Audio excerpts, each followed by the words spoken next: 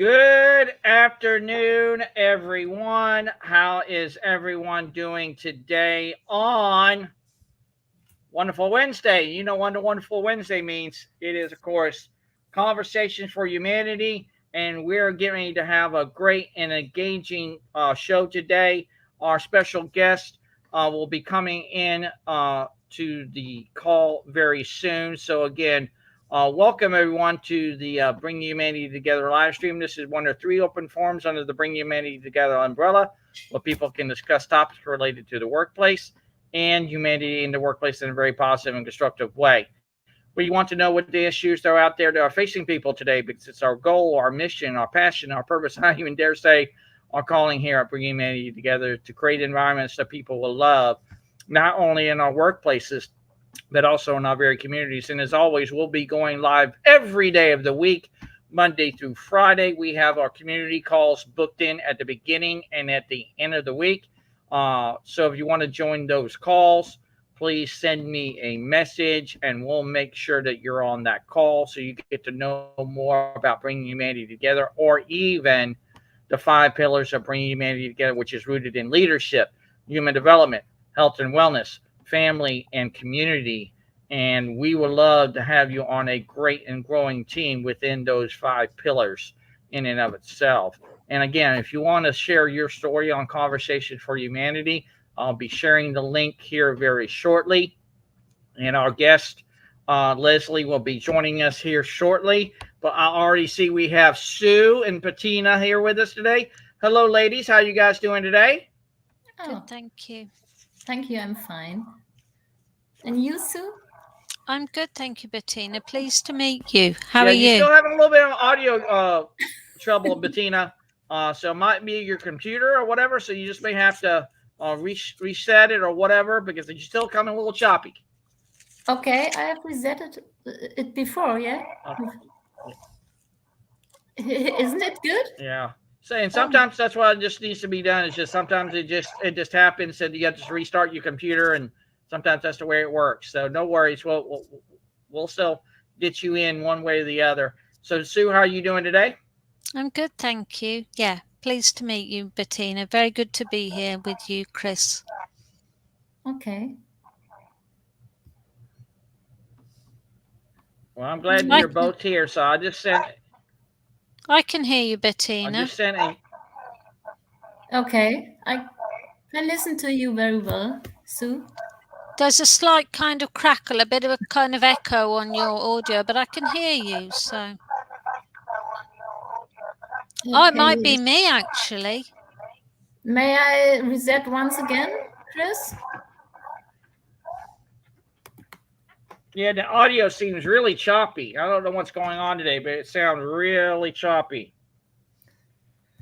Oh, what can I change this? I don't think it's you because it's happening to me as well, Bettina. I think Chris is right. I think it's just the audio. Okay. What do you think, Chris? Yeah, but even when you're speaking, Sue, it's coming in choppy too as well. That's so what I mean. Know. I think it's might be an issue with the studio. I don't know. I've never used this before. This stream. Mine as well. So mine as well. I've never used this system. StreamYard Studio, it's called. Must be an American thing. Yeah. Maybe take StreamYard's kind of tricky every once in a while. Yeah. Chris is fine concerning the sound. Yeah, your sound is good, Chris. How have you managed your sound? Yeah, I really don't know what's going on, but it's something there. But like I said, we've had this issue before to where, for some odd reason or another, when someone gets on, they have to either restart their computer, restart their browser, or something. So it's something that's done on the internal some way or another. And I don't know why, but it does happen that way.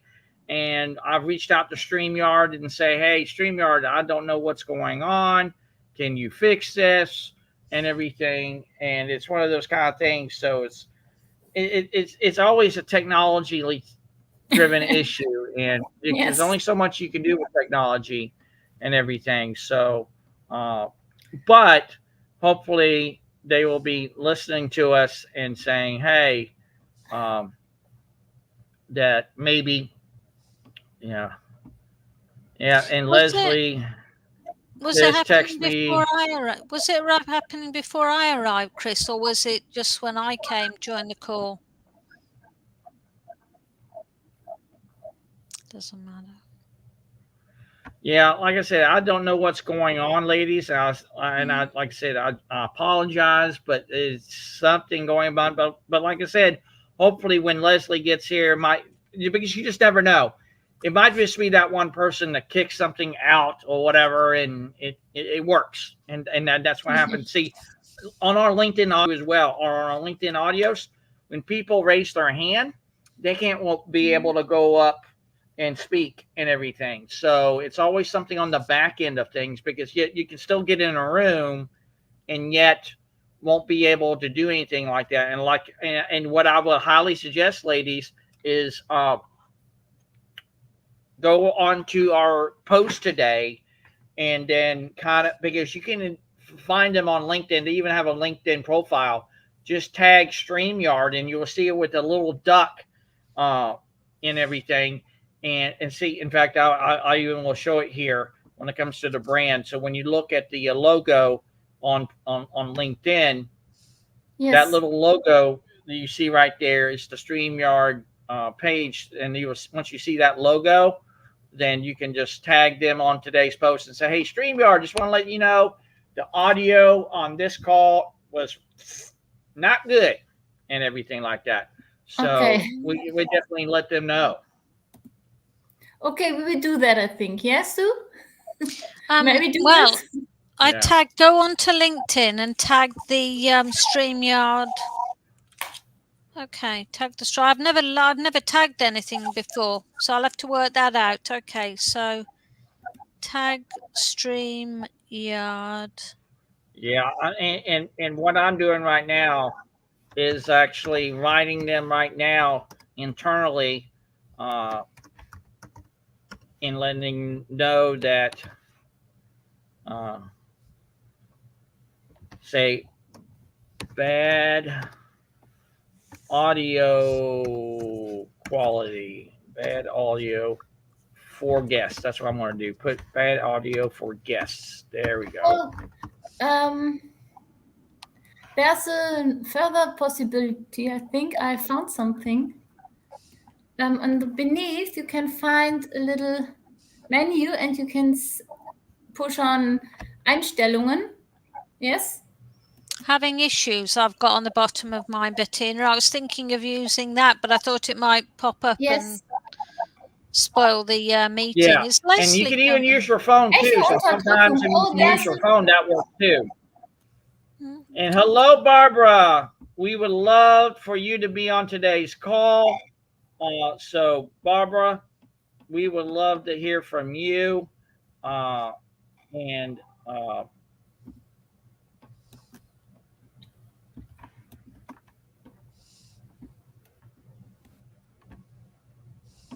so even Lesley's having issues coming in. So that's not good. That is not good.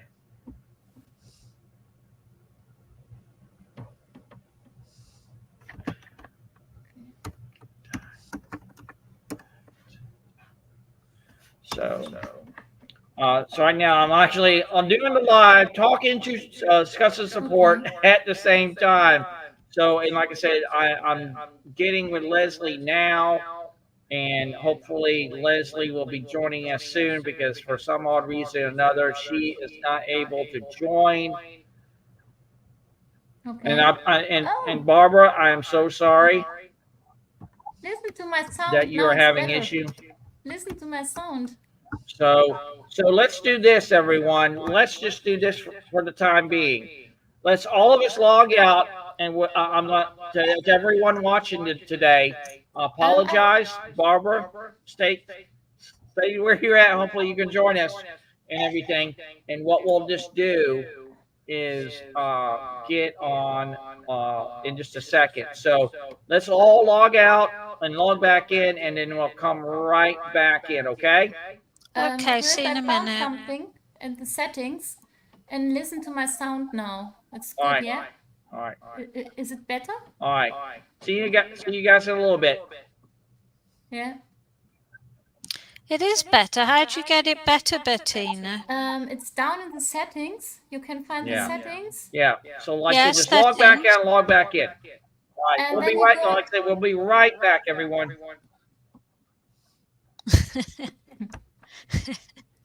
Chris says log out and back in. Maybe tune the settings now, yeah? I found this.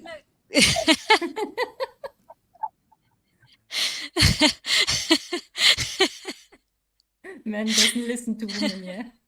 All right, look, tell me quickly about settings, Bettina, then I'll log in and out. Okay, go down to the settings. Go to audio, yeah? Yes. Echo cancellation, mine's on, so there must be a problem. And then I just put on the second, Reduce, third, yeah, and the fourth stereo. one. Yes. Second and the fourth one, yeah, that'll. And the third one, Sue, and the third one. I can't get the third one to work. First, you have to switch off. It's grayed out, but what I'll do now, I've made those changes. Is that better? Okay, say something. Sorry.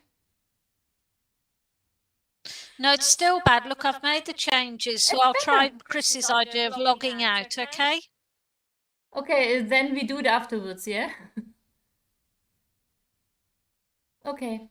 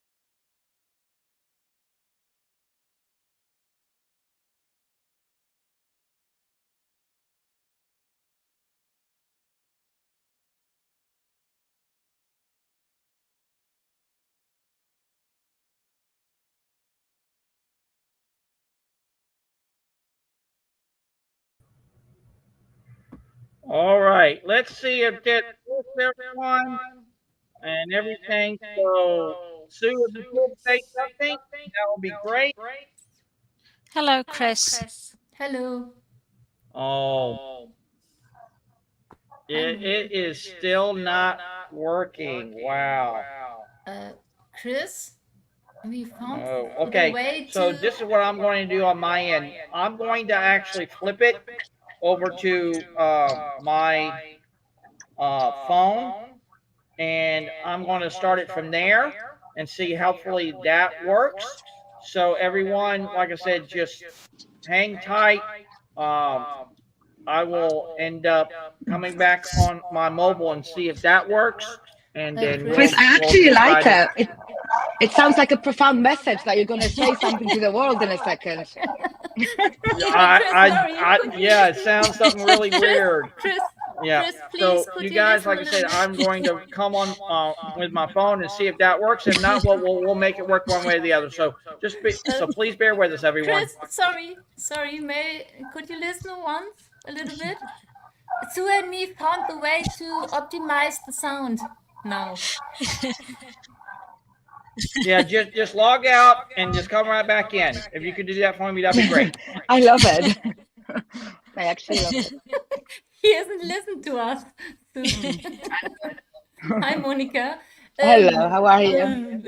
No, we are fine, and we find the way how to optimize the sound. We have problems. Do I sound okay, or am I? Say something. Yeah. Okay.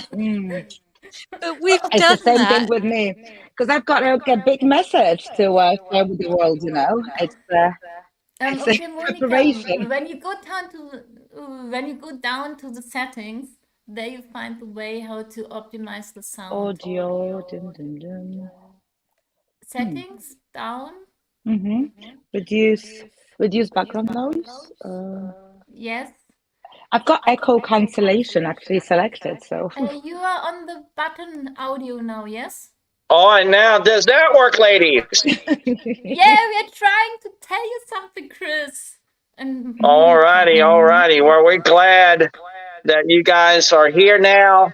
And like I said, what I'll do is say to Lesley and Barbara, if you could watch, please join us now. I think it might be something on my end. Who knows? And I mean, it's one of those kind of weird things and everything. So if you can join us, Lesley, that'll be great.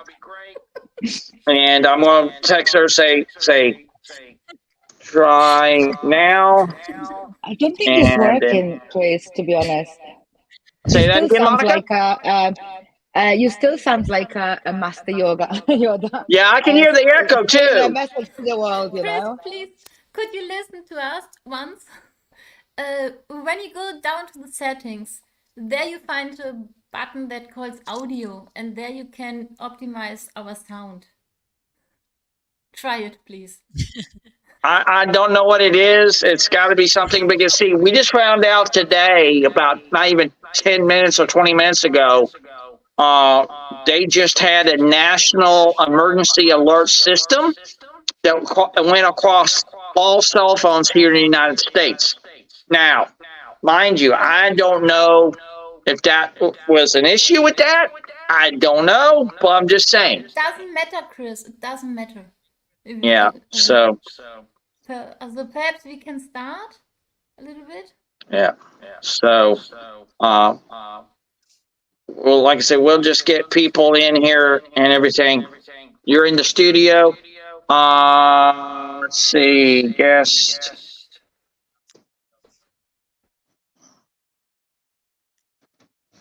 Don't see you, and I don't know what. See you.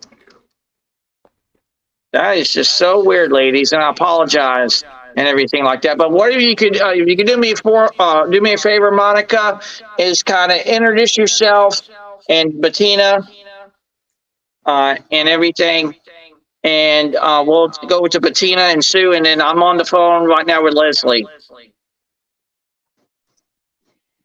Okay, cool. Thank you, Chris. Hi, everyone. I'm Monica. I'm sorry, just a quick question. Do I sound so weird as well? Is my okay? My audio's okay because I selected this button.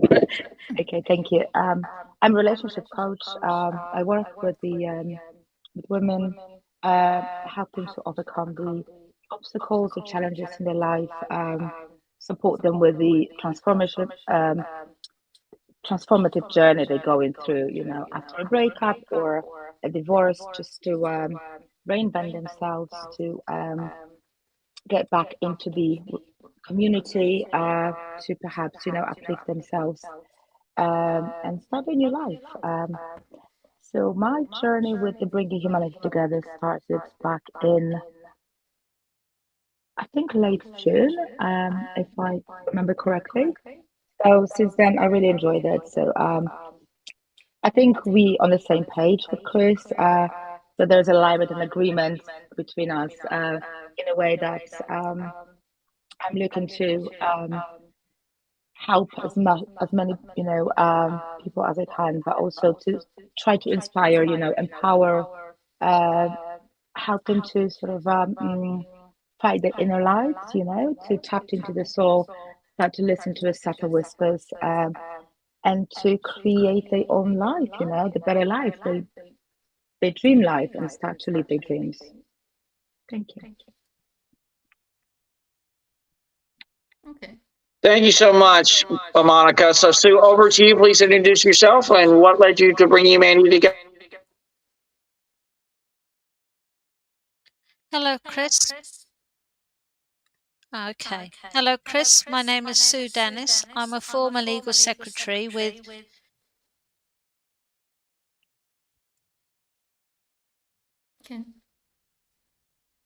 Hello, Chris. My name is Sue Dennis. I'm a former legal secretary.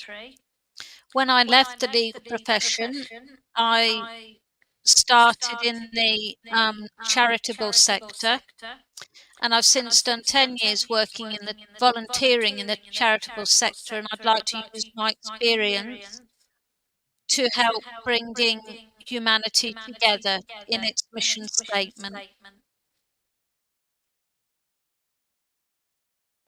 All right, very good. Thank you so much, Sue. And over to you, Bettina. Please introduce yourself and tell people where you're from and what led you to bring humanity together. Yes, I'm from Dortmund, I'm from Germany, and I'm working in the field of optimizing processes. And my topics are leadership, communication, and diversity. And my vision and mission, I would say, is to bring people together using the differences of each other as a dynamic factor. Yes. That was too brief for you? All righty. Greatly appreciated. Thank you so much, Bettina. And of course, I am the coalition builder and founder of Bringing Humanity Together. Like I said, my deepest apologies, everyone, for this technical issue. And like I said, I just sent a message over to Lesley, so hopefully she'll be coming on here shortly. And again, Barbara, I apologize that you couldn't be able to get on. And I don't know what it is. Like I said, we heard yesterday on the radio when I was picking up my wife from work that they were going to do a national alert system test. And that goes literally to every cell phone in the United States that someone has an active cell phone number. So they did that test today. So I don't know that had anything to do with it or not. I'm not a tech guru by any stretch of the imagination, but that was there because see, in your local states and counties, and here at least here in the United States, what they'll do is they'll do an emergency alert, like if there's a missing child, or if there is a missing elderly person, or there's been a carjacking with a car and they know where the car is and everything like that. They will actually blast that out to anyone who's got a cell phone, and they just do that. And how they do it, I will never know. But you know, the good thing about it is they let people know. But then again, the other dichotomy to that is the bad thing about it is they can literally find you in and of itself, that kind of thing. And that's sometimes that terrifies a lot of people. But you know, that's one of those things and everything like that. And like I said, I just know that some things are just can't be done and everything like that. So hopefully, like I said, we'll get Lesley on here shortly and everything like that. But I want to go to you, Monica, because I know we had our team call on Monday, and I want to hear from you because I know, Bettina, you missed an awesome call. And we got to kind of fill you in right now. A couple of things. What was your big takeaways on the team call on Monday? Thanks, Chris. So was this about the announcement from Keith? Yeah. Okay. Yeah. So you embarking on a completely new journey or second stage, you know, or what I should say another stage of the journey. So bringing humanity together, finally take over, and then you know your vision become a tangible. You know, not a dream anymore, but just a tangible thing. So you cooperate with Keith. I mean, I'm quite happy, you know, for you. It's just it's beautiful to see, you know, that the vision and the dream can be so profoundly, you know, transferred into a paper. You know, you sort of you created a community from your action plan on the paper, and then obviously those people were just brought together. You know, you sort of are like a headhunter. You know, found those people, created a community of like-minded, light-hearted people, and now obviously this opportunity came up. So that's brilliant. You know, great, because finally I can see that we can make that tangible difference in the world, you know? So everything that we're talking about, like almost like it's a time of preparation, you know, being on the same page, understanding the values, and then whether that we are in alignment. And I think we are now moving towards the agreements, you know. Mhm. So that's next step. It's yeah, I'm looking forward to it. I'm really happy for you and Keith, and then Yeah, and looking forward like I said, Monica, on that call, and I'll say it again. I'm so humbled and honored, even by this very opportunity with each and every single one of you, because see, I truly know what's going to end up happening is that we're going to not only create impact, but we're going to create connection. We're going to create collaboration. We're going to create community. We're going to have it so collaborative and really enriching and even inspiring. So Lesley is now here. Hello, Lesley. How are you doing today, ma'am? I'm doing all right, besides a little computer problems there, but I'm doing fine. You're not the only one, so don't worry about it. No worries. I'm just glad that you're here. And what we'll do with you, Patina, maybe me, Sue, and Monica, and Lesley, if you want to afterwards, we probably will fill you in a little bit on what happened on Monday's call because it was truly phenomenal. But Lesley, I will turn it over to you because it is now, like I said, time for you to come share your story.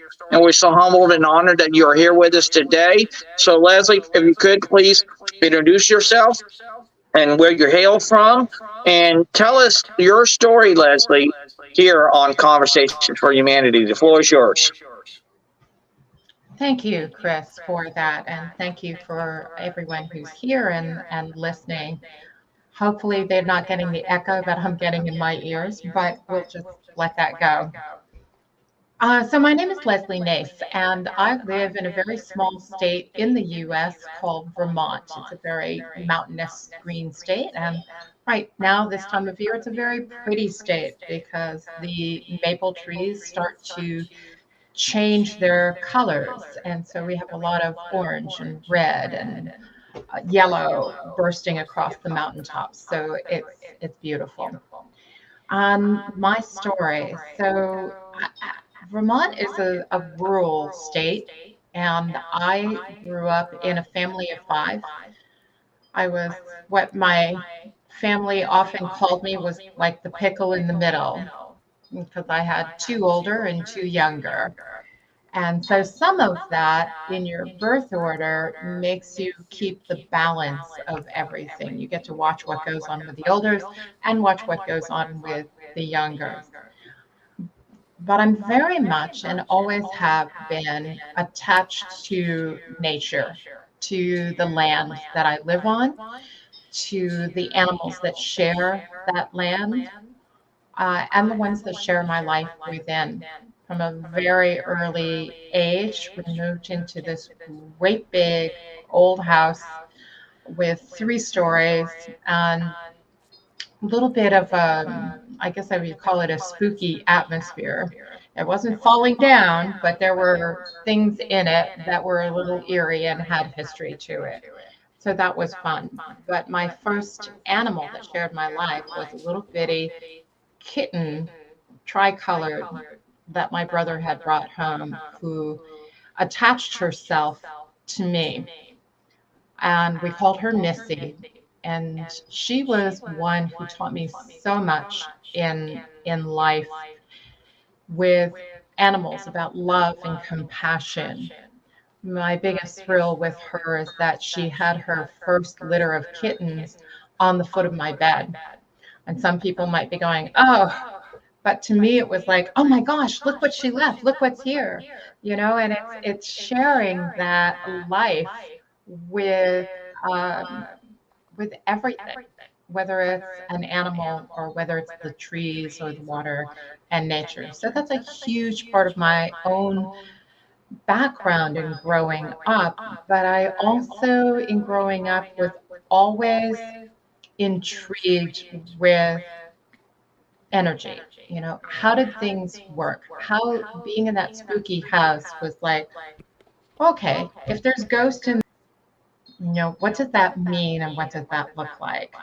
And I think that sense of curiosity as a child is what kept me going as later in life to explore metaphysical modalities, from prana healing to, I'll just go to shamanism, was one of the biggest classes that I took. So if you don't know what shamanism is, it's the native people, indigenous people way of looking and believing in life. They're similar to a medicine man or woman, but they don't always use like plant medicine. They use what's called journey work. So for a tribe, they would journey. And when I talk about journey, it's like a meditation. You'd hear a drum or a rattle going, and perhaps the tribe needed food, which was quite often they did. So a shaman would venture out in what they call that trance, that meditation type of journey to look at the land and look at the area to help their people. That's just one little example of what they did. In my training, though, I also have done a lot of clearing of energy blocks from people and obstacles that might be within your energy field. But I also work with the land to clear that as well. Because energetically, no matter what has happened, all the energy that ever was and ever will be is still here. So that means that anytime you have perhaps an injury, there's still that impression. So even my hand today and pushing against it, that impression will always be there, even though the skin bounces back. It is always there in one form or another. And what I really do is I help people transform that energy.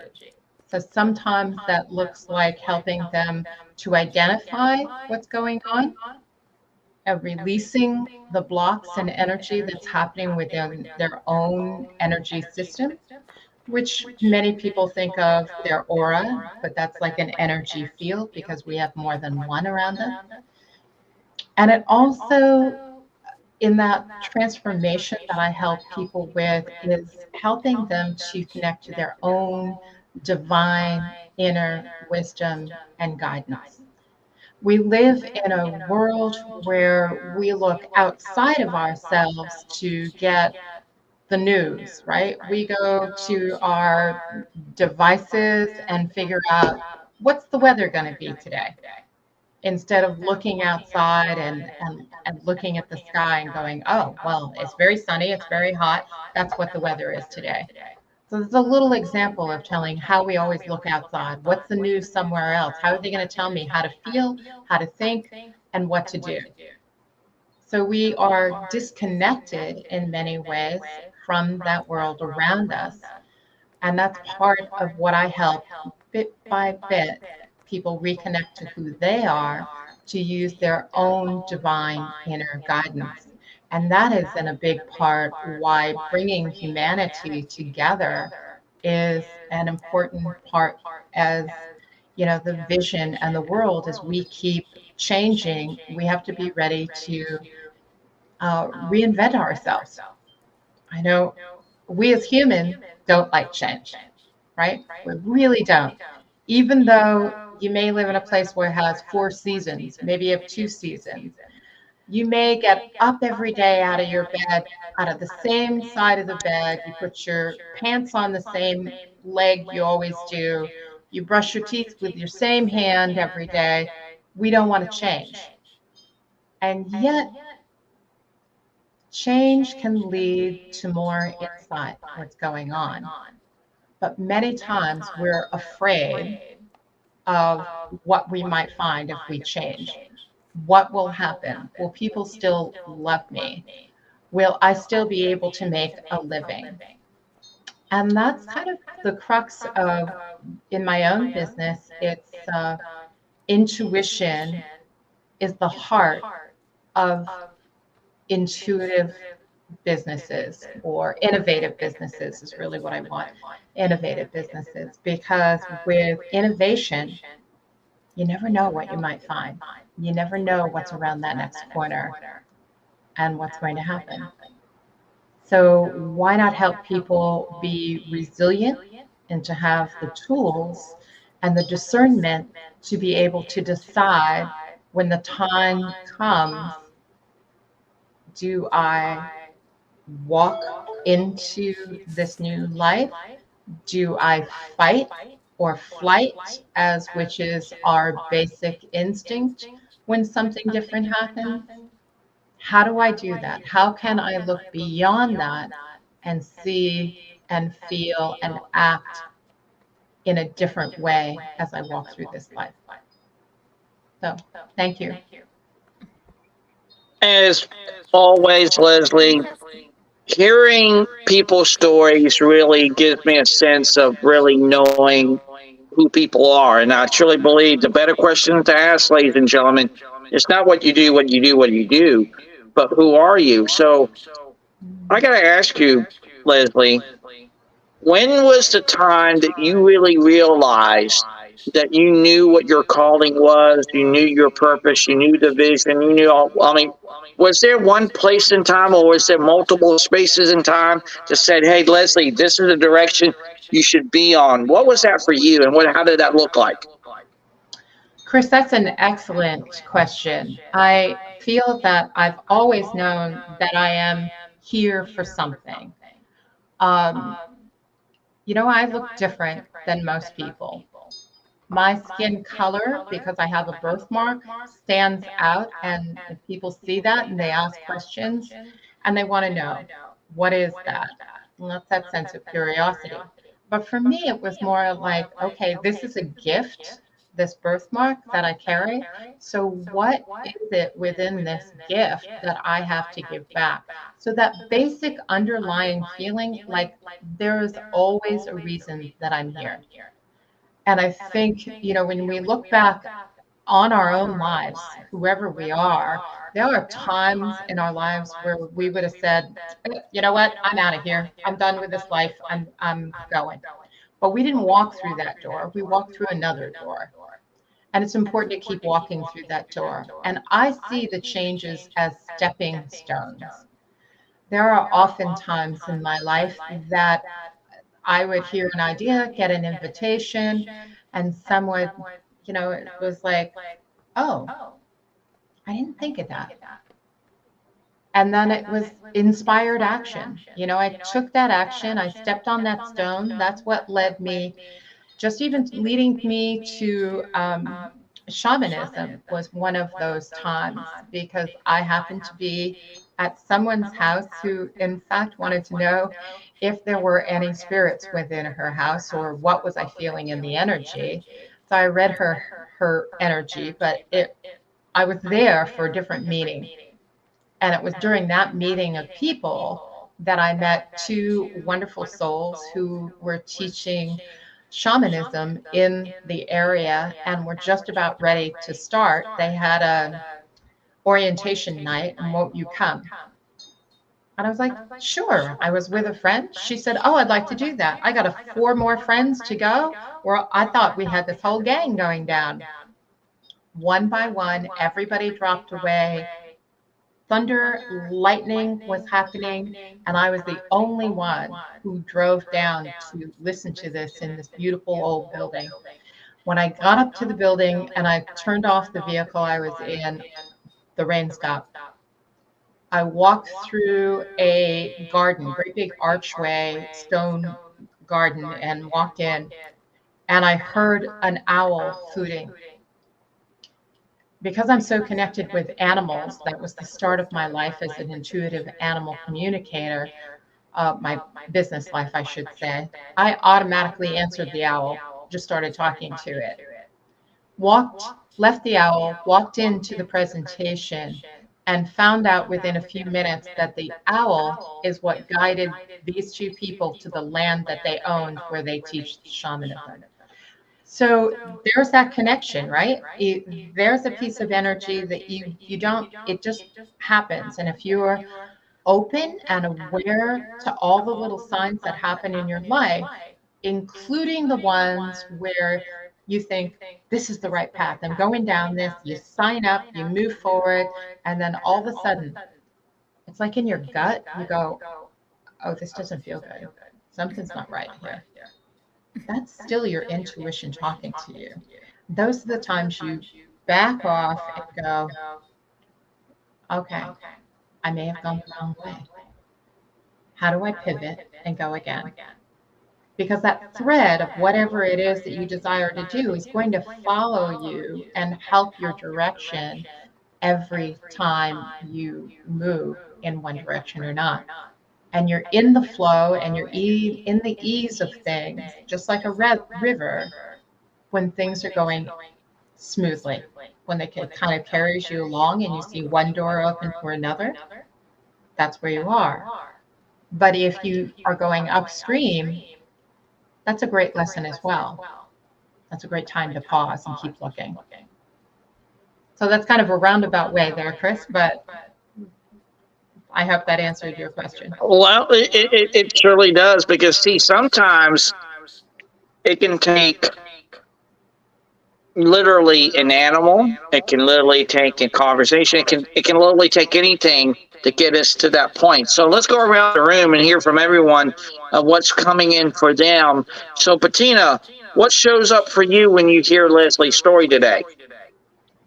Yes, I think her explanations are very broad and they give us a very good introduction of her kind of being and working and beliefs as well, I think. And energy can guide us to the things that we don't want to see, I think. And we don't have to be aware of something that you have to be brave to step into and to leave it when it is too hard, but then come back to stand it. And it's every time, I think, with pain. Go through the pain and then you will achieve what you want to achieve. That is a bit of my experience in this field. I mean, I agree with you. I don't think that sometimes pain is really fear, isn't it? That fear of something that's going to be very painful, and it may be painful, but that fear can so empower us. Yes. When we walk through that darkness, there is so much more to our life. It's richer after we've done that. So nice, very nice. Thank you for sharing. Yes. I'll go over to you, Sue, and ask you what shows up for you right now in Lesley's story too, as well.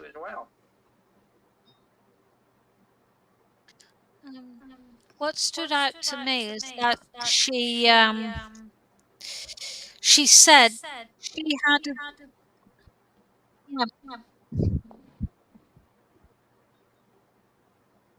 I think the main thing is she said about having a vision, and you said it's not what you do, it's who are you. And that's, that was what I picked up from Lesley. It's not what you do, it's who you are. That's what matters in life. Thank you, Sue, because I think that what you picked up is important. When we have our own self-worth of who we are, we walk differently in the world, do we not? If we feel good about ourselves, our shoulders are back, our head is up, we're looking forward, we're looking people in the eye. And that shows a different kind of confidence versus, the head down and always watching your feet. So yeah, thank you. Thank you so much, Sue. We greatly appreciate you. Over to you, Monica. What shows up for you in Lesley's story too, as well? Thank you, Chris. So, excuse me. First of all, thank you, Lesley, for sharing your story. That's fascinating. I'm quite interested actually in the energy, and then the work that you do is just it's really it really resonates with me. And I've got a couple of questions, if you don't mind me asking. So, how do you, the clients that you work with, how do you inspire them, or what techniques do you use to actually encourage them to use the intuition, so tapped into the soul and then listen to a heart instead of the mind, because obviously so many years being conditioned in a logical thinking, yeah. So all of a sudden we're asking your feelings. So how do you feel about this? Not what is good to do or what the logic would tell you to do. So how do you actually encourage them to listen to the heart? First of all, clients who come to me already know that there's something more for them in life. You know, they just can't put their finger on it. They're unhappy. They're full of self-doubt lots of times. They many of them are very successful CEOs in their business, but yet they've got that feeling that something else is there. And it's not any kind of encouraging or in somebody to change or think differently. They have to be ready for that change within themselves. So it's a lot of listening. So when I hold space for people, and I do most of my work is virtual. So when I hold that space, I make it a sacred space, and I'm listening to the words that they're using. And many times it's a sense of reflecting back what I'm hearing from them. And again, within that, there's the modalities. Shamanism is the base of what I use, but it's energetics on all kinds of sorts. There's all kinds of ways to get one way or the other. So I may take somebody through past life regression. I may take them to the ancestors. We may heal the timelines. We may find out what's within their own body that is reacting to the words that they're saying.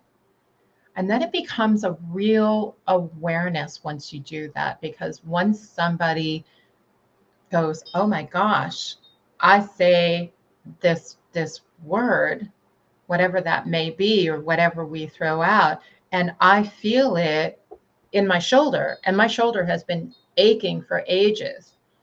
So then it's like an energy clearing, but it's not me particularly doing that work. It's all about the person. You have to be willing to do that work, and you have to be willing to show up yourself daily, day by day. So you say that word or whatever it is, that how you're feeling, how you're reacting to something in the world, and you have to stop and go, oh, wait a minute. Do I really feel that way? Is that how I want to come across in this world? Or do I want to come across differently? So it can be something that changes like this. But if you go deeper for long-lasting change, the more awareness that you have, that's when you start to then build a new perception of what's going on in the world. And once you can connect that heart and the body, and actually I think of that as being three brains that we're working with, is, we've got this brain, we've got the heart brain, and we've got the gut brain. Those are all parts of intuition and how you tap into that and how you feel, right down to the hairs that stand up on your, your arm. Those are signs and symbols to help you with your own discernment. Perfect. Thank you so much for this answer. It's very, I think this is really what I wanted to understand. It's not a certain technique. It's very intuitive work. And then the other thing is, so how do you, when was the first time when you tapped into your gift, actually, or you've understood that there is a certain power within yourself, and then you have the gifts that you want to share with the world? So how it happens, and then how do you replenish your energy and protect your energy and maintain your energy to become more powerful, and then to sort of because I understand that you're an empath, so you perhaps picking up the energy from the client. So how do you protect yourself or empower yourself? Okay, so we're going to start with a gift, and I may have to come back to you to ask you a little bit more, because you just threw a lot at me. Okay. So I don't know really that I had a conscious gift as a little child.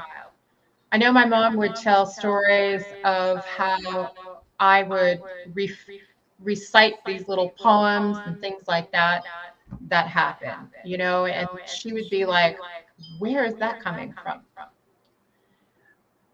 But I also know that the animals that I worked with at a young age is what helped really develop those gifts and those talents. Yet I was at a time where you're not supposed to talk about this. You know, so by the time you get to kindergarten, you want to be, which is the first stage of school in this country, you want to be accepted by your peers. And so there are some things that you realize that talking to the energies or the animals around you, not everybody did that. Okay, so I'll keep that to myself.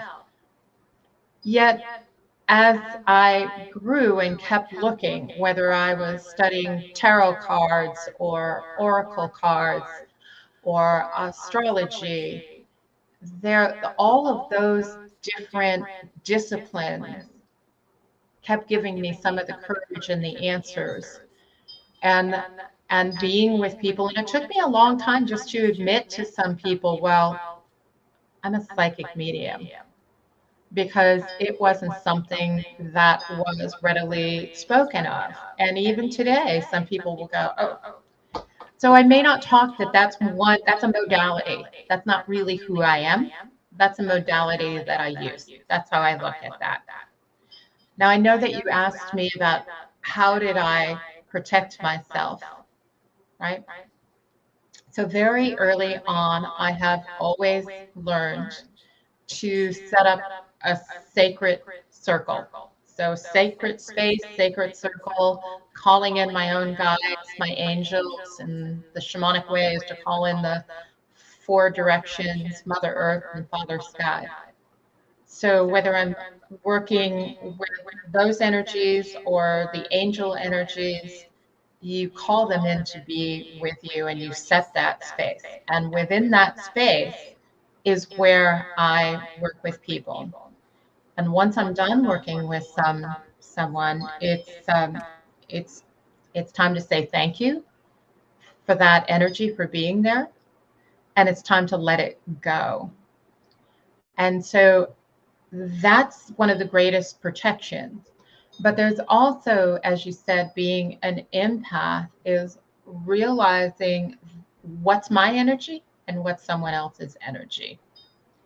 And I think one of the greatest illustrations I ever had was working with one of my favorite teachers and mentors in a workshop that he was doing. And during that time, I think I must have been in my 20s at this time, there was two people, man and a woman, and they started flirting around with each other and getting very close.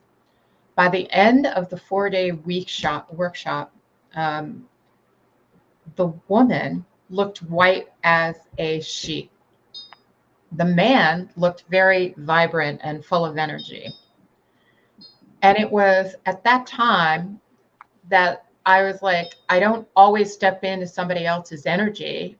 Unless I'm invited, I keep my space, you keep your space. And that's a good way to keep yourself to what's going on. But in this case, it was like, wow, what is going on with her? And when you look, it was finding energetic hooks that this gentleman had, like put into this woman because she was smart, vibrant, full of life. And so at that point, it was that becomes a moral question.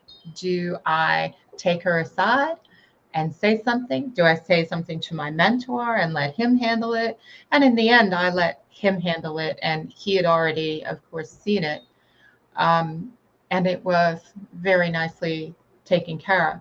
But that is a great lesson in knowing when to act or when not to act, but we're all humans. So we take care, we walk each other together down the road. So at some point, you care enough to help that person be healthy and strong like they are. Absolutely. Thank you so much. And I just wanted to say something, Lesley, as well. You said about the fear. Do you agree that the fear, obviously, you said is empowering us? And I agree with you absolutely, because when you step out from the comfort zone, obviously, you empower yourself. And where's the fear is, then the grow is.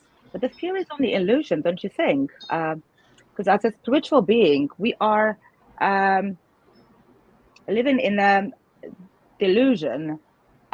We are navigating the experiences, and we have to use this gift of discernment to understand, is that the fear, the actual danger, or is that me, my conditioning perhaps, and it's my ego mind stopping me from, expansion. So what's your view on that? I absolutely know what you're talking about, and I know the words that you're using, but not everybody's going to know that language. And yet they know the language of fear. They know that how that word fear can make their physical body react, their emotional body react. And it's part of that primal stuff as a human that comes up to us, because we always, in the days of the caveman or cave women, you were looking for the saber-toothed tiger. You were looking for what was going to happen. And do you run? Do you fight? Do you freeze? What was that? And that's so ingrained in us. And I believe you're right. If you know anything about game theory, then life is a game, right? And if you treat it as a game, and what do you want at the end of that? What's that end game being? Then yeah, there's sometimes that you have to walk through that. And is fear an illusion? Many times, yes. So the biggest thing that you can do within that is to really, again, stop to think, and you can ask several questions. Is this a fear for myself? Is it really my safety fear that we're talking about? Or is it a fear about the people who are in the circle around me? Or is it a greater circle that really doesn't have much to do with me, like society as a whole? If it's not my community, but it's something going on in the world that sounds real fearful, is that truly something for me? And I say that as a way to describe it, but the other step to whatever is happening, if you're experiencing fear because you're watching some disaster on news or something that's violent, I mean, those are the things that I don't necessarily want to see, but I don't hide my head in the sand either. So when I see that, I do my own healing within me. I see, where is my body really reacting to that? Why is it reacting to that? Why did I bring this up to me right now? And can I, if I need to, I'm sorry and I love you. But I absolutely thank you for being here, because you just gave me a new perspective that maybe I wasn't aware of. And just by sending that love out, that's huge. That is the highest vibration, besides bliss, I think, that we have. And if you can raise your vibration, and this gets into terms that people maybe are like not quite knowing and understanding, but that's part of what the teaching is teach somebody that you are frequency, and you can raise that frequency and get above it. Answer. Thank you. Because obviously there's two choices we always have: in fear or love, yeah. And if we go for the latter one, that's the higher vibration in the universe. Thank you so much. I love your answer. And then, was it Ho'oponopono, the healing methods that you heal it within your body, just send it love and then let it go? Ho'oponopono. Sometimes I'm sorry, were you going to say the method, Nate? No. I can't remember what's the name of it. It's just well, it is been attributed to the Hawaiian shamans as Ho'oponopono Ono. And I think that the words that are used are definitely, please forgive me, I'm sorry, I love you, and thank you. And even if you don't know the background and the ceremony from that, those 4 phrases can help free you from so much. within yourself and can help you disconnect from what's going on and help others heal. Like we said, that love is huge. Perfect. Thank you. So was it, please forgive me. I'm just writing it down. We'll definitely talk more, What was the Monica, so final don't word? worry about Sorry. that. We'll definitely talk more about this. So Okay. I would like to hear from Bettina and Sue too as well. Bettina, what shows up for you right now? Oh, there were several points that I want to go back, I think. You several use discernment. Is it in the way of perception or how to go intellectual through discernment? What was the first part you said, in the way of? Of the connection of it has to be how do Monica would translate her way of looking of discernment. Is it perception or intellectual way of getting to know something? Discernment for me is to have your own wisdom and guidance about what's coming to you, what's being said around you, because there's too many times where we might read something in a book or we watch something on a TV, and we think that somebody else has the authority over us, and we need our own discernment to say, is that true for me? Does that really work for me? And versus just going, okay, yes, you tell me I have to do this, I'm jumping on board. Does that make sense? Yes, it makes sense, but Monica uses it in several ways, yes. Sometimes she uses it while using perception from outside, or how do I interpret my own discernment? It was a bit tricky, I think. Okay, the way Monica was using it is what you're asking more about? Yes. I was asking whether I think she uses it in several times, ways of understanding. Once she uses it as perception from outside, and how I have to use my own perception on the things that comes, because sometimes of having fear or something, sometimes of having I lost my fear because of thinking about. I think Monica did it in a very good way that we can decide now. Then she'd have to give that again. Yes. Because I wanted to stress. And So I can't remember. I think I think I've used the discernment in relation to the fear. That fear is, if we think about a fear as an illusion, then we can use the gift of discernment in a way that we can decide what's true and what isn't true. And the true, it's I'm talking about our truth, the soul truth, what we feel is right for us and what it's not. Does that make sense? yes, I think absolutely. Thank you. Yes. Good question. The mean illusion is not the illusion by getting to know something from outside. It's my illusion how I have to go forward by using my intuition. Yes, is that the kind of illusion you mean? I think that I'm not sure how she's referring to that, but how do we put this in easy ways? Like nothing is real. Everything is energy. Yes. So our perception that this is a cell phone, then I know it's a cell phone, and all of you know that that's a cell phone. But if we really looked closer, it is at that micro or quantum level, it is really energy. Okay. So there's something more that's there. And yes. Thank you. Yeah. Atoms. And then also, I think if you imagine the table lamp or the desk lamp that illuminates the desk, in certain area when the light is dark, room is dark, sorry, you only see that area what is being illuminated. However, the rest of the desk, it's unknown, yeah? So that's the illusion, because you might perceive the reality, different from what's actually out there.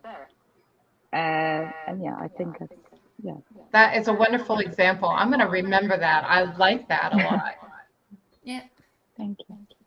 So thank you so much, lady. I'm just really intrigued in and of itself because there's some stuff coming up for me, but I'll hold that just for a minute and we'll go over to Sue. Sue, what shows up for you right now?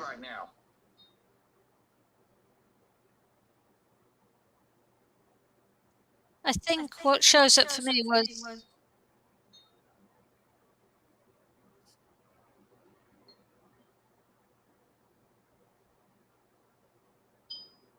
Go ahead, Sue. I think what showed up for me most was the thing you flashed up on the screen saying, "What are your gifts?" And I think that's really important.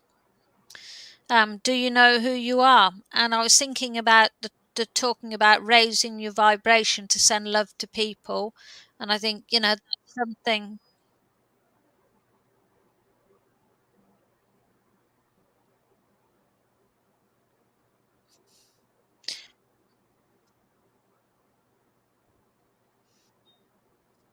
Do you have any more to add, Sue? Well, I was thinking as well what Lesley was saying, it's all about perception and what are you scared of and what do you fear and what's good for you. So if you're trying to figure out what to do with your life, I think those are all very, important things and a great way of getting perspective. I'm still talking. Can you hear me? Now, I can now, yes. Oh, did we lose you? Sue, you're there. You're good. And I was thinking as well, it's been a bit difficult with the echo for me tonight. I was thinking it would be great to have a one-to-one with Lesley to talk more about things, maybe with Chris there or yeah, whoever. But it's been really good. It's been very interesting. You're talking about shamanism, aren't you? Right. Yeah. That's the foundation of most everything I do. I go from there. And then I use other modalities because, one Yeah. size doesn't fit all. I've heard about shamanism in the Amazon. Is that correct? There's quite a lot of it in the Amazon amongst the indigenous population. Is that correct? Yes, shamanism is known throughout the world. All indigenous cultures have shamans of one form or the other. Yes. Mm. But Amazon is where we hear it most often. Yes. Because you were talking about Hawaiian shamanism as well. Am I right? Correct. And I use that in the form of the Hawaiian shamans came up with the four phrases and the technique called Honopono Ono Ono, in which you don't go out to the world to heal it. You heal yourself first. You start with you and heal what happens within you.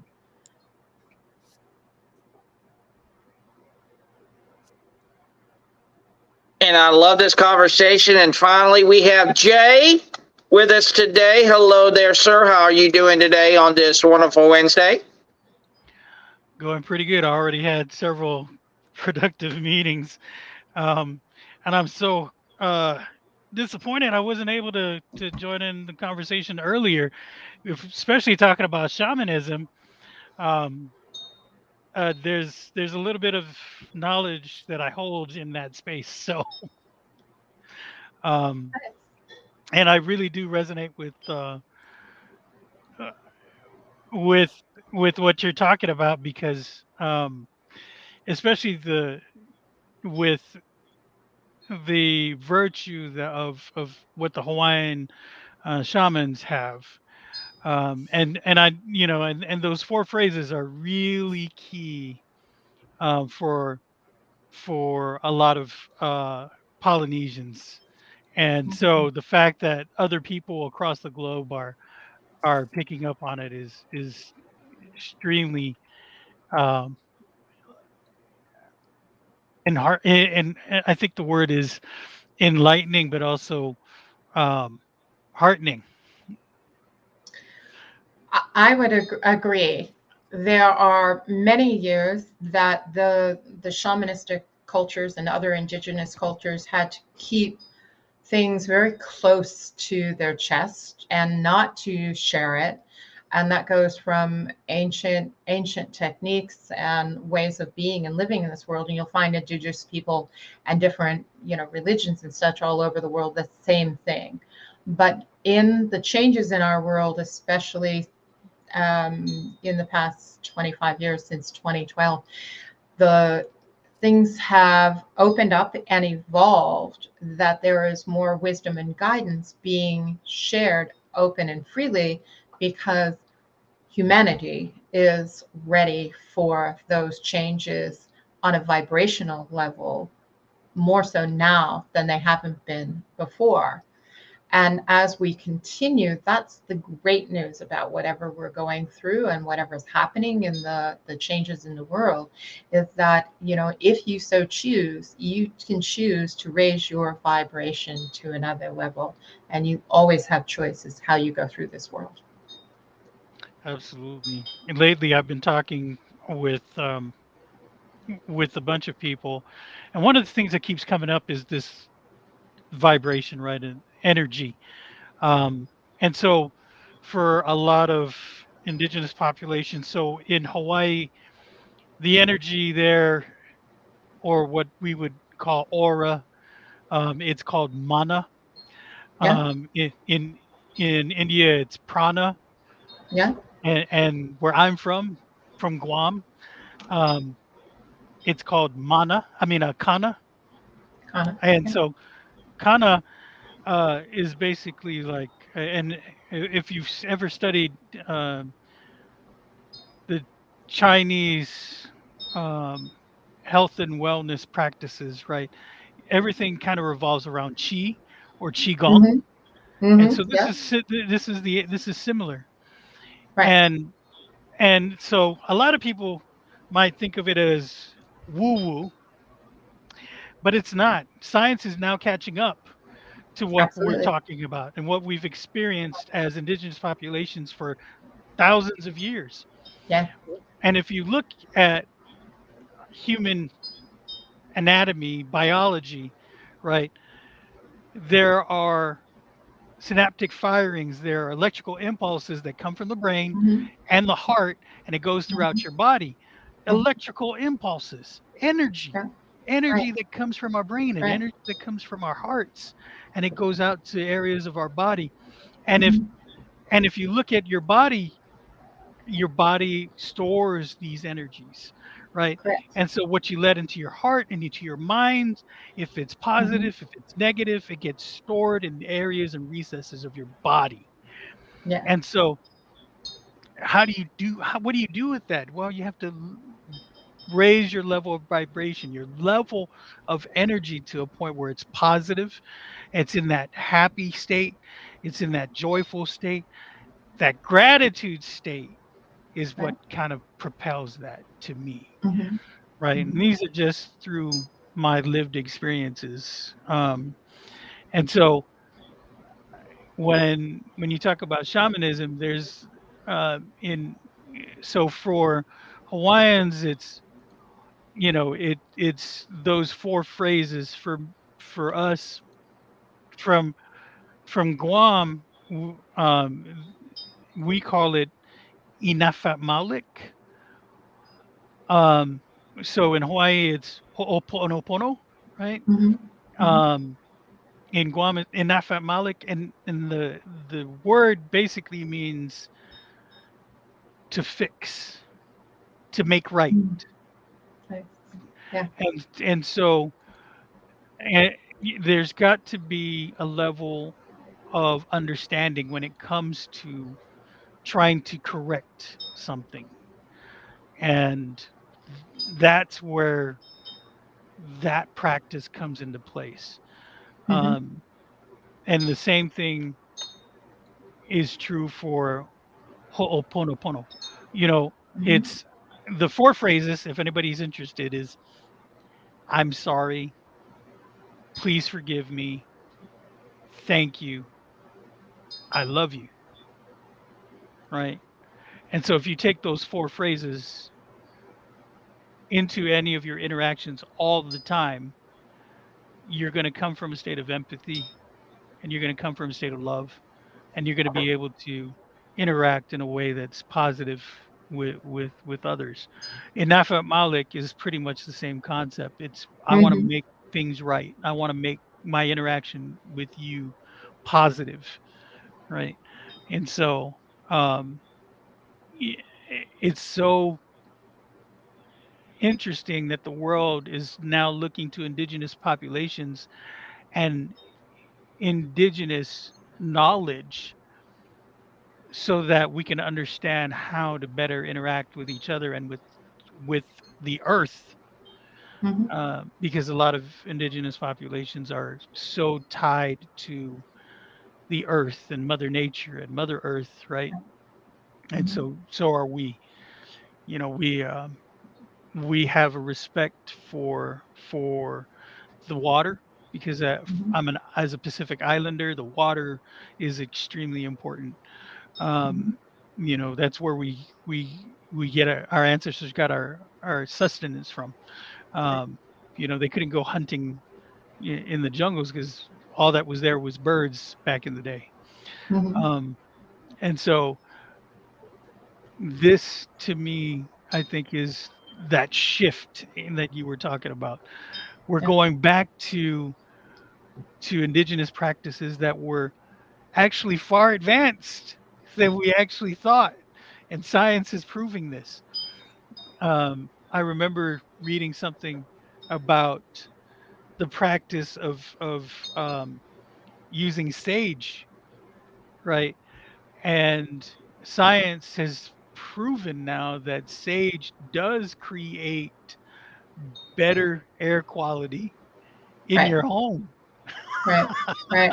Yeah. So Yeah. so if it can have an effect scientifically, right? It's not just woo woo and that hippy dippy stuff that, Well, that I people think want to make again, fun of. right, you have to remember that where did the phrase woo woo or hippy dippy come from? Those were labels put on to something that people didn't, they didn't have the knowledge and they didn't know about. And I am sorry that you didn't get here a little earlier, because we definitely talked a bit about that as well. And I think that one of the things I would add to what you said is it is a sense of, it's almost like we have been uh, like a cloth put over the top of us. You're held down in some way, that it is like the veil across your face. That's what I'm looking for, right? So the veil is lifting, and it's not going back to something, it's remembering something. The indigenous peoples always remembered it because they told the tales. They lived the life and still live the life and still practice those practices. Where many of people in the industrial age were in many ways ripped away from those practices of nature and things that were known and stories that were told, and left behind in, well, science. That's the new buzzword. We've got to have it scientifically proved. And now people are really opening up and remembering within themselves that there's, wait a minute, there's something more. Intuition? Oh yeah, I'm intuitive. You bet you are. You have your own innate abilities and gifts about you. It's not just one person making something special. It's all of us making something special. And Thank you, that's what Jane. I truly believe, Lesley, what's going to happen to all of us here, bring humanity together, is we will create such an impact on humanity from our different ways of seeing and viewing the world and how we show up to that. And what we are all talking about here, whether it be energy, source, whatever that might be for us, for me, when we're talking about, like with you, Lesley, talking about the owl and everything like that. And this is what I wanted to share, because I wanted to have you guys take the floor before me. Uh, I'm a big Star Wars fan. People, Mhm. Star Wars has changed my life like you'll never know. And again, I will go back to this great quote that everyone should hear tonight that's going to really inspire you. And it's very true. Think about this. Is to embrace others for their differences for that which makes you whole. I'll say that again. To embrace others for their differences for that which makes you whole. Well, as you were sharing about how the owl came to you and you were going to that presentation, Lesley, and everything, what showed up to me, and ladies and gentlemen, go watch it. Go watch all the seasons of Star Wars Rebels on Disney Plus, and also watch the new series on Disney Plus, Ahsoka. And here's the reason why I'm saying what I'm saying to you guys tonight. In the series, both in Rebels and in Ahsoka, Ahsoka took a transformation, and one of her spirit animals was literally almost like an owl. But it was a reflection and representation of the three entities on the planet. And like I said, you got to go watch Rebels on Disney Plus to really go find out, because I'm not going to spoil it for you. Because, see, there are three entities on this one planet that both Ahsoka, Anakin Skywalker, and Obi-Wan had to go to. And it was the father, the son, and the daughter.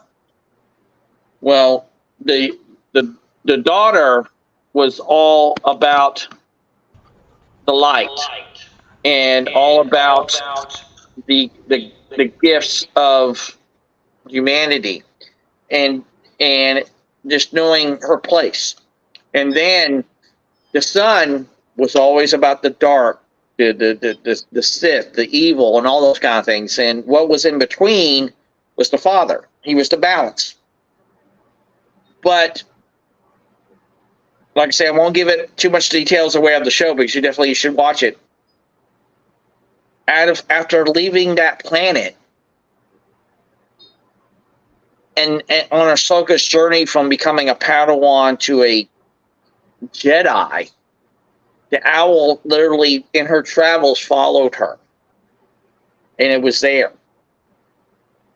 So when you really think about how truly connected we are to not only our animals on this planet, but literally how that's a reflection of us. And again, when you watch Rebels and you watch Ahsoka, you start to see the parallels, because they're talking about also wolves in the series. And even in the new Ahsoka series, there's kind of a symbolism there too as well. And again, it goes right back to what I just said just a second ago, is about what are your gifts? Who do you know who you are? And when we really realize that, Lesley, that it can be, like you said, that one animal that gets you, oh my gosh, I was meant to be here.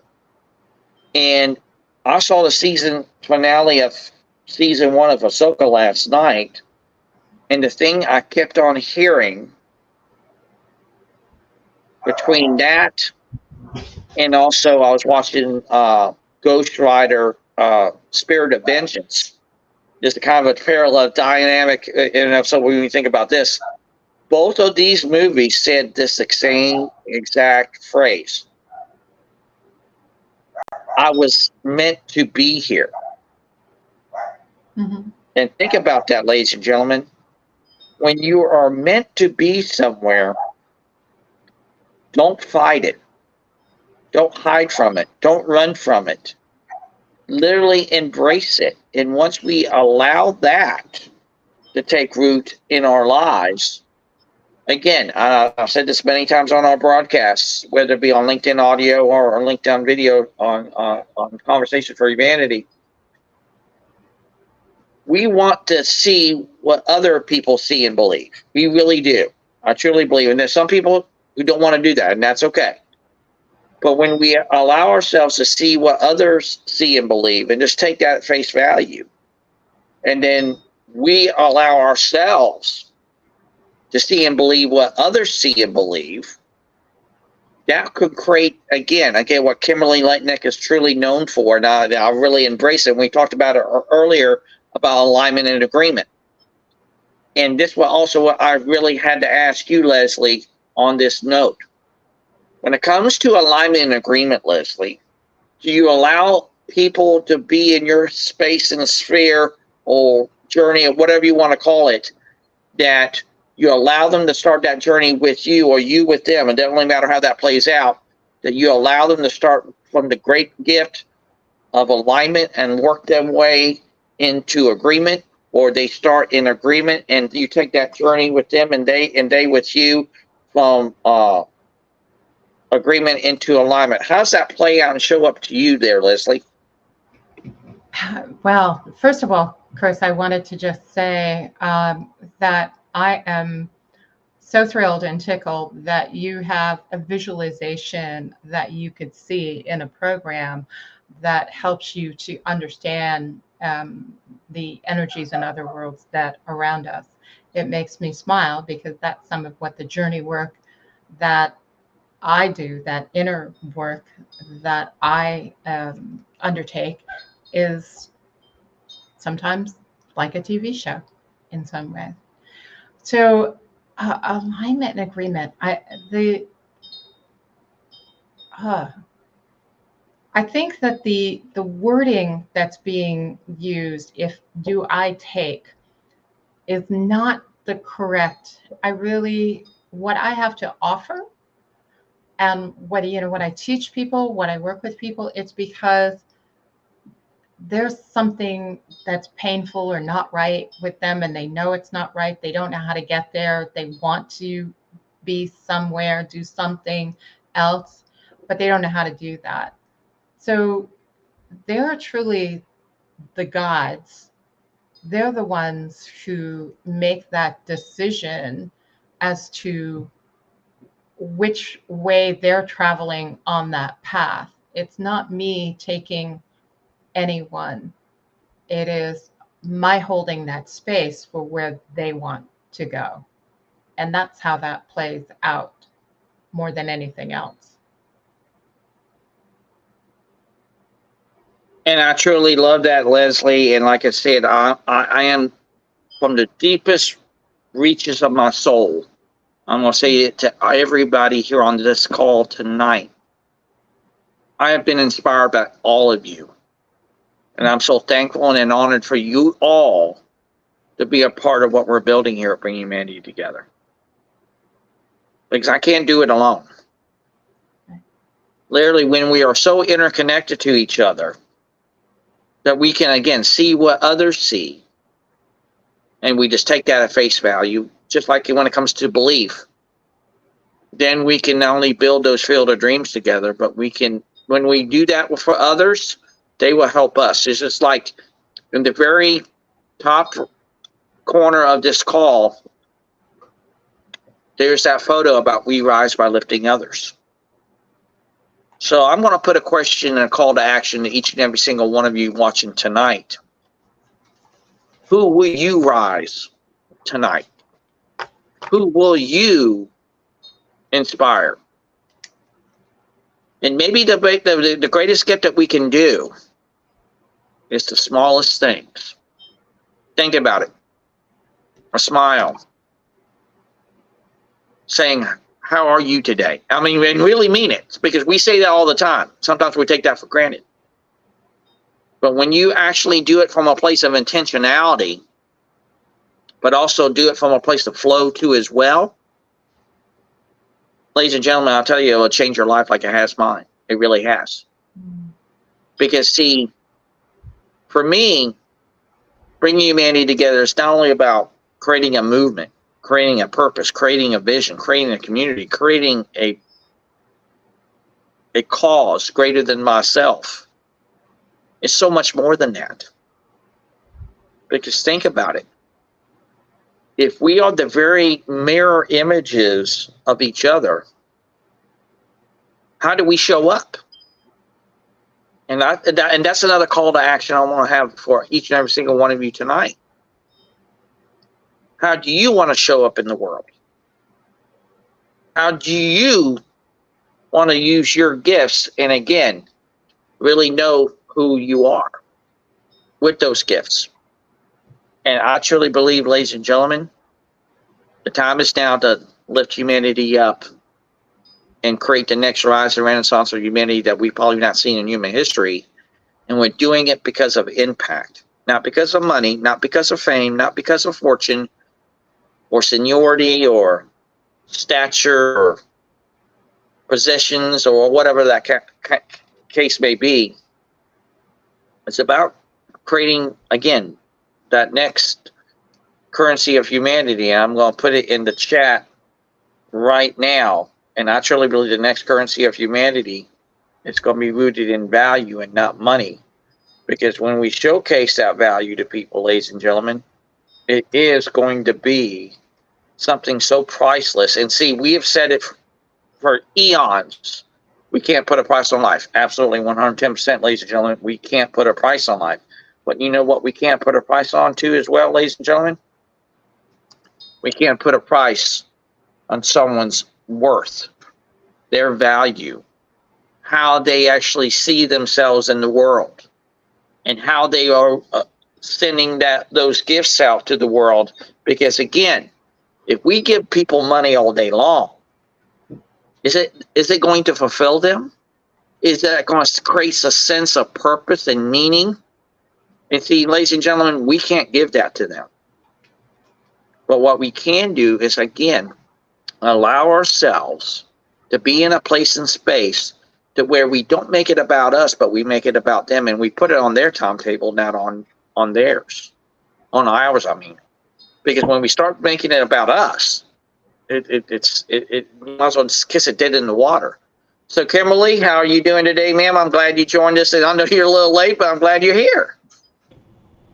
Yeah, I'm glad that I was here. I just came from a mastermind that I attend, so it's good to be here.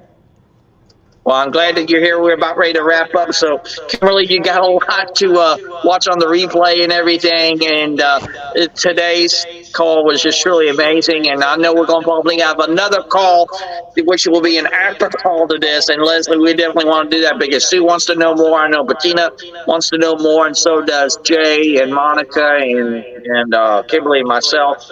And that's what it's all about.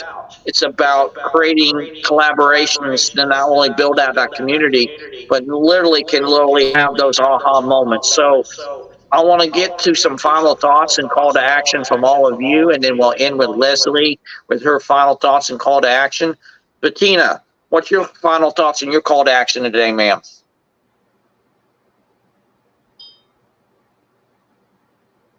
You're on mute.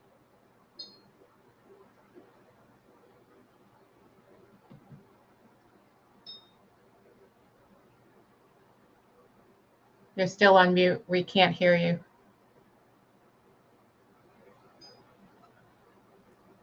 Now you can hear. There you go. Listen to me. Okay. There you Sorry. Okay. This call gave has a very big impact on me.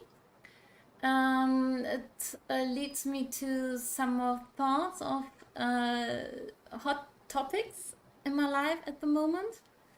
I had a very, very strong and strenuous last year, and now I turned a bit into looking empathic and not every time empathic.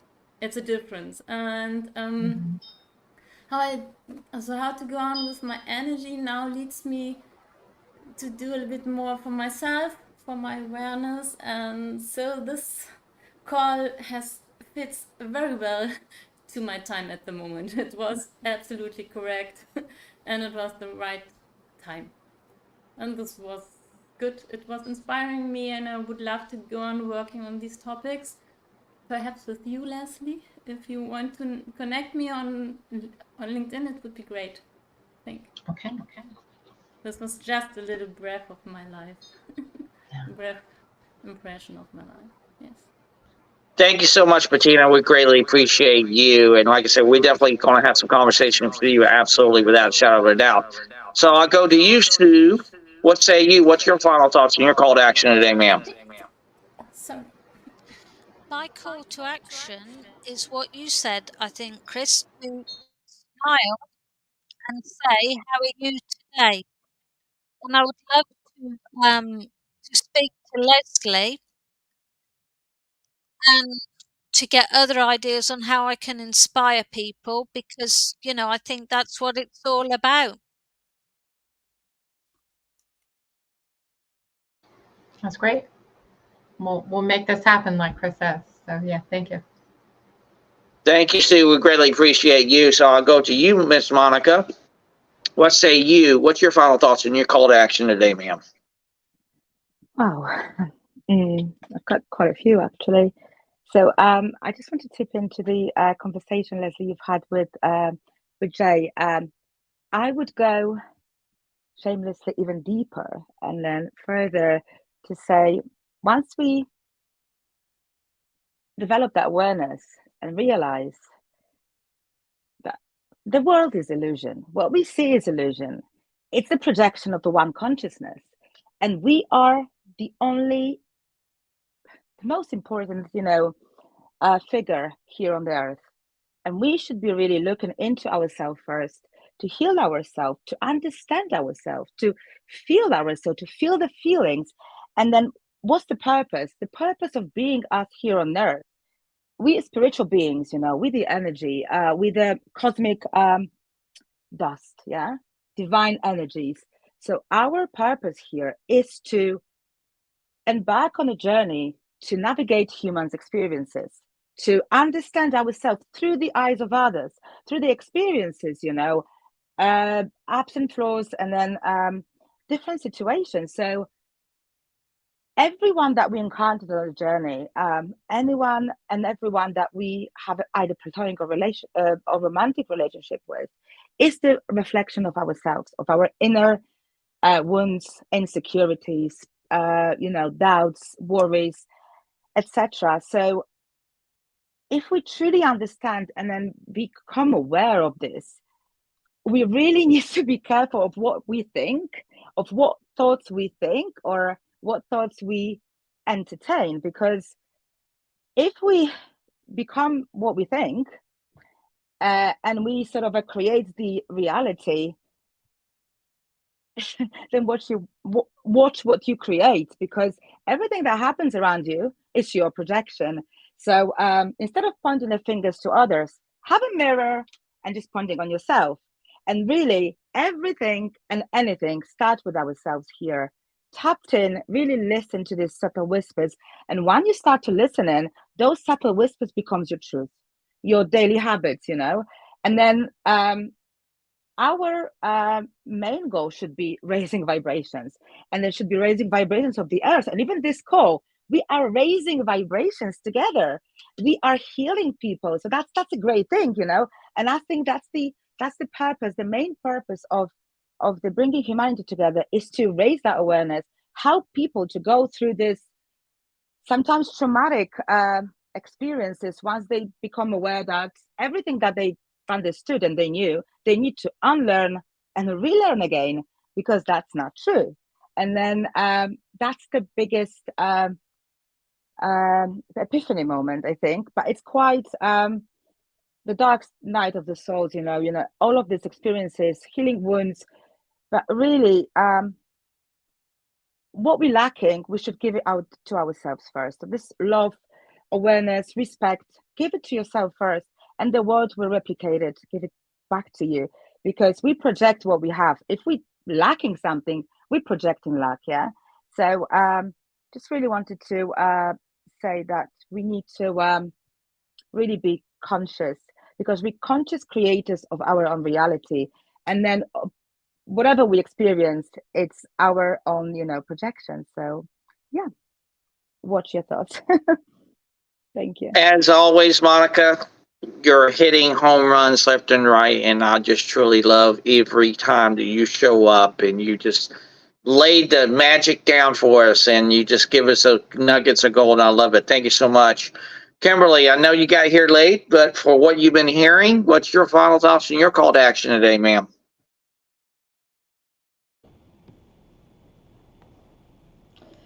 Well, I think that I don't need to repeat what Monica said, because she planted a lot of the same seeds that I I'm in agreement with. So there's no need to repeat those. For me, I think that this idea of impact, just us being here in this space, we are impacting. The other piece that comes up for me is value. I know that you said, let me see if I can find it in my notes, you know, the currency of humanity is rooted in value.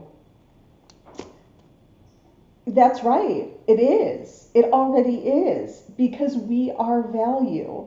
And at the end of the day, it's not like we're providing value. We are value. That's a mindset shift.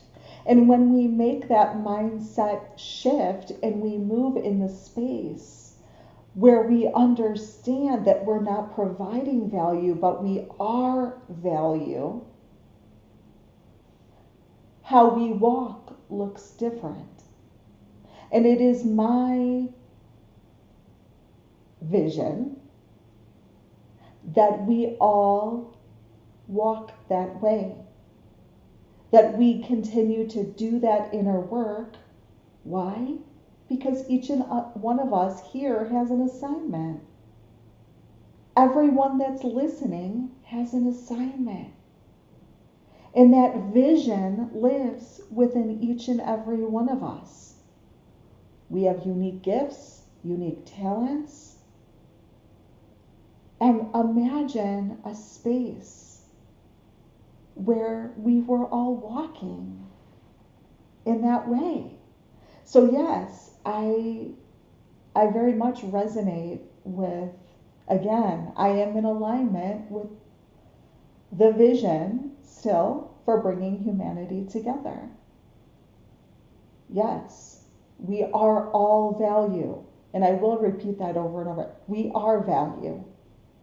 We are providing value. The value is within who we are as humans. We are value. So that's what comes up for me, Chris. Thank you, Kimberly. Just a quick one. Sorry, Chris. That's beautiful. Obviously, this road, I was thinking about it, what you just said. It's once we really tapped into the soul would know the way. Soul remembers, you know, because soul been here like so many times, you know. We are starting to remember, but soul knows the way. So if we follows that inner compass, yeah, exactly, we can then go into the correct, right direction. Yeah, thank you. I just wanted to add that because that's very inspirational. Thank you, Kimberly. Thank you so much, Monica and Kimberly. And like I said, I'm so humbled and honored to have all of you here today. But for me, I've already put a couple of call to actions out to everyone tonight. I'll put this one out there too as well. Then we'll go to Lesley. Are you willing to look at life this way? When hope and faith come knock on your door, are you willing to answer that call? Who here tonight's willing to answer that call? And that'll be my call to action for all of you tonight as well. Are you willing to answer that call? So Lesley, I'm so humbled and honored for you to be a part of this and being, of course, in my life and in the lives of these great and amazing people. I know we're going to do great things together, but I want to get your final thoughts and your call to action and what shows up for you in this great and engaging conversation with your powerful story today. Start where you are. You don't have to have the big vision. You don't have to know what the end result is. So many times the people that I work with are trying to keep control of everything in life. So just start where you are. Sometimes it's the small bites, the baby steps that open up to those bigger steps. And I watch the language I speak to people so that they can hear it, take it in, and assimilate right where they are. You know, we don't always have to see what the big picture is.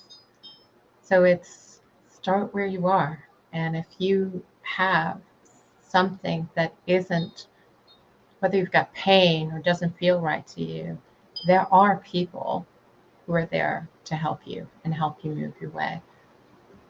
It's okay to reach out because not everybody knows how to be connected to their own inner divine guidance. It's okay because we're all here to help walk you home. So thank you, Chris, for having me, and thank you everybody else who was here today. I appreciate that very That was much. beautiful. Sorry, I just need to say, that was beautiful, Lesley. Absolutely, just touched my spirit so much. Oh, we're all here to help you get home. Oh, beautiful. Thank you. And like I said, I'm truly, like I said, so humbled and honored. And like I said, we may even set up a call between all of us because of this. We go far and wide with this. I truly believe that. So, Bettina, Lesley, Monica, Kimberly, and of course Jay was just here, and of course Barbara was hopefully watching. Barbara, we're glad that you were here too as well today. Like I said, I just know we're going to build a great movement here, and not only it's going to be a collaborative community as well, but it's going to be a great movement because see, I believe in this too as well. The best sale that we can ever do in life is the one we never have to do. And if we could do it from that place and space, those field of dreams will not only be real and be built, and they will come. But when we help others build their field of dreams, they will help build ours. So Lesley, Bettina, Kimberly, Monica, Sue, let's do this. Let's bring that humanity together. And not only let's bring that humanity together, let's bring that humanity into business and beyond. Because I recognize this as well. The one thing that interconnects us all is our very humanity, does it not? So great conversation. Thank you so much, everyone. A little side note, I will be posting the link for tonight, tomorrow's actually, but I do it tonight. Humanity Happy Hour, the audio experience. I will be doing that tonight. So you guys will be getting that too as well. So be on the lookout for that on not only on my business page, but also on our not only on my personal page, but also on our business page here, Bringing Humanity Together. So thank you so much, everyone. Have a great day, make your day, and we'll see each other tomorrow on Humanity Happy Hour, the audio experience powered by Bringing Humanity Together. Have a great day, everyone.